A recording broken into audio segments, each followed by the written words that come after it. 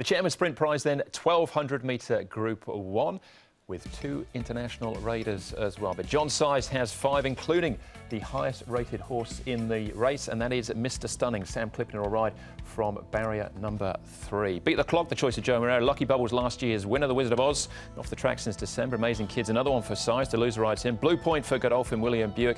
Fine Needle also for Godolphin Tommy Berry. Peniophobia, possible leader, and I Victory, who Zach Purden has picked the ride up on there. So let's have a look at the speed map for this one, Brett. And well, Peniophobia might have to hand up here to one of the international raiders in Blue Point. Well, that's potentially a possibility. Although the old boy's legs are still going pretty quickly, and he's done obviously a lot of his best racing from the front. He did win an international sprint a few years ago from the widest barrier.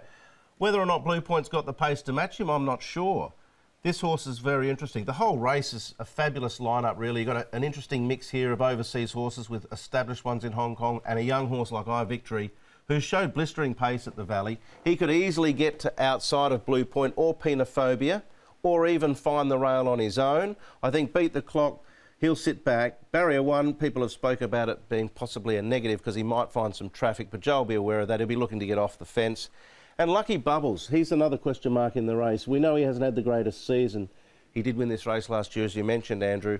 He's an interesting runner because they're talking about going to Royal Ascot after. So if they've got that in their mind, they're obviously confident the horse is going well.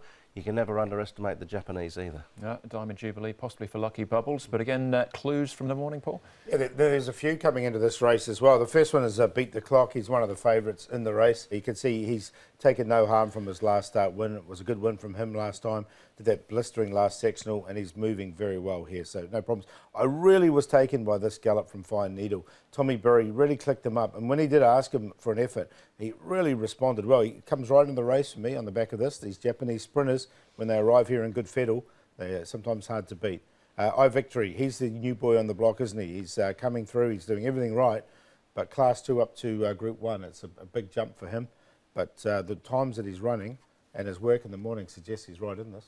All right, John Size with 5 runners in the race. Joe Moreira had the very difficult decision to choose between Beat the Clock and I Victory. He went with Beat the Clock. Beat the Clock, Joe. In the sprint, you had the choice, him or I Victory. Why did you go with Beat the Clock? I went with him because he has won last time a group race with me, Group 2. He beat the Hong Kong sprint winner, which was Mr. Stunning. He ran a very good section, in particular his last 400 meters. Very few horses has been able to run that sections. And he has already had the experience of running against the best ones. But it could be the wrong choice because I Victory is a very nice horse as well. Has been very promising, has won very impressively in Happy Valley the other day. But unfortunately, I couldn't ride 2 horses. I had to pick one, and I picked Beat the Clock. Hopefully, I'm right at this time.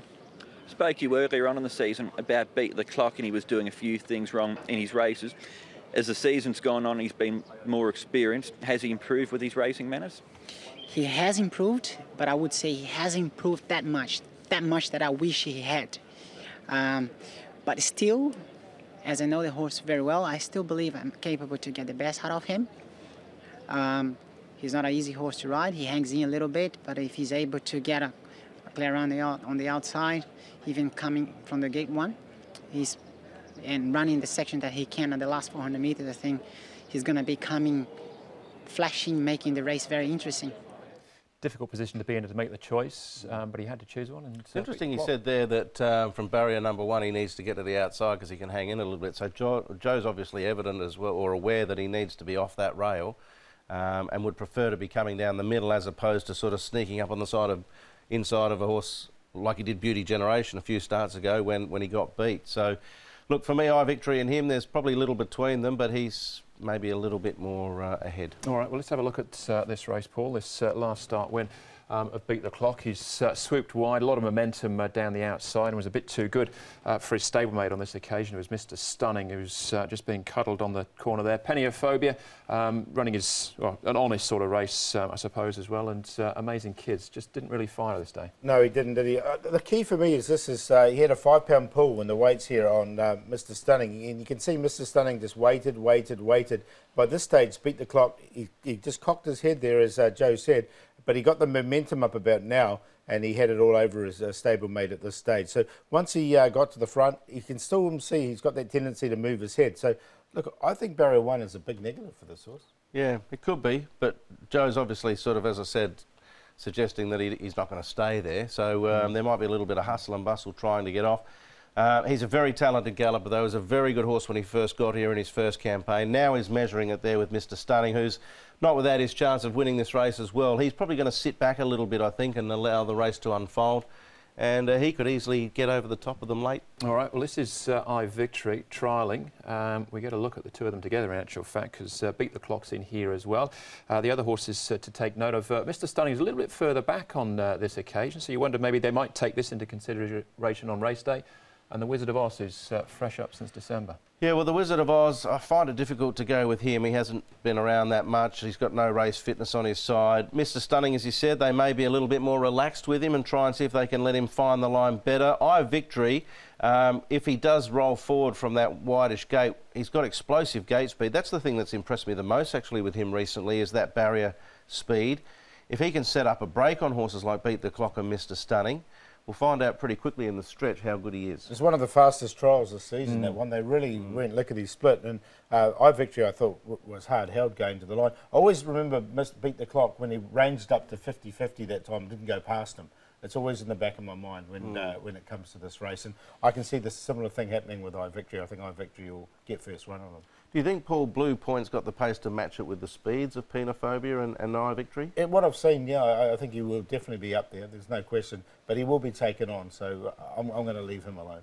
All right, we'll go back to the Takamatsu Kin. We've seen this with Blizzard, but now we'll concentrate on Fine Needle. Tommy Berryby in the saddle did a sparkling piece of work this week too. The form I keep looking at, Andrew, is Let's Go Donkey was here in December. She was back towards the tail. In fact, she was last. She made up quite a lot of ground down the middle, probably beaten 5 or so lengths. On this occasion, she sat midfield from a good draw, and I thought she was going to win. And then Fine Needle's come from a deepish position to run over the top. So if you want to sort of place him midfield, as you would her, and see where she finished against the sprinters from December, then I thought that would have put her in the finish.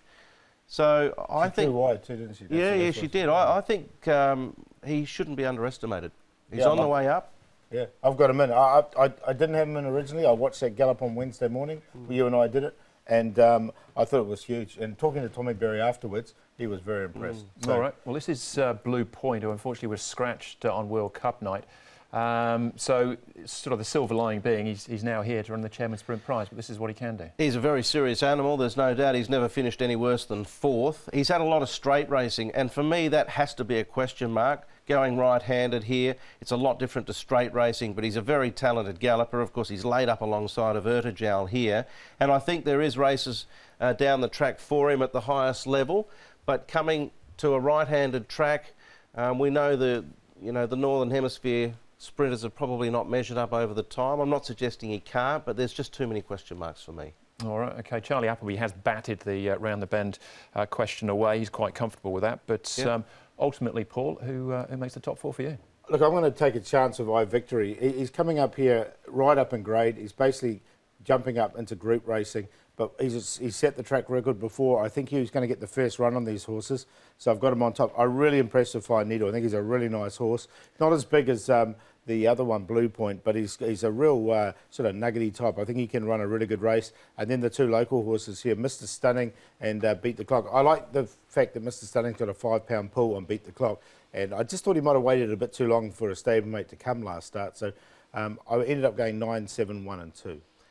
It's a fascinating race. They're all very, very talented horses. I initially had I Victory on top, and then I came back to Beat the Clock. I just think his finishing burst might be strong enough to overhaul I Victory, who I do think will eventually find the front, and Zach Burton will potentially try and dictate. Mr. Stunning will sit back in. Fine Needle, I wouldn't be underestimating him either. I think, at the 200 he'll have a little bit to do, but with 100 to go he'll be fully wound up, and he might overhaul them. All right, well, Mr. Stunning for me. I'll be delighted if that price holds up as well to post time. One more to go. It's the big one, the Audemars Piguet QE2 Cup. And Time Warp, can he bounce back after the disappointment of the mile last time out? Al Ain from Japan, last year's 2,000 Guineas winner, won a 2 in the race for the Japanese. And Pakistan star, of course, with new jockey now, that's William Buick. Ping Hai Star, devastating in the Derby, first time in international Group 1 company.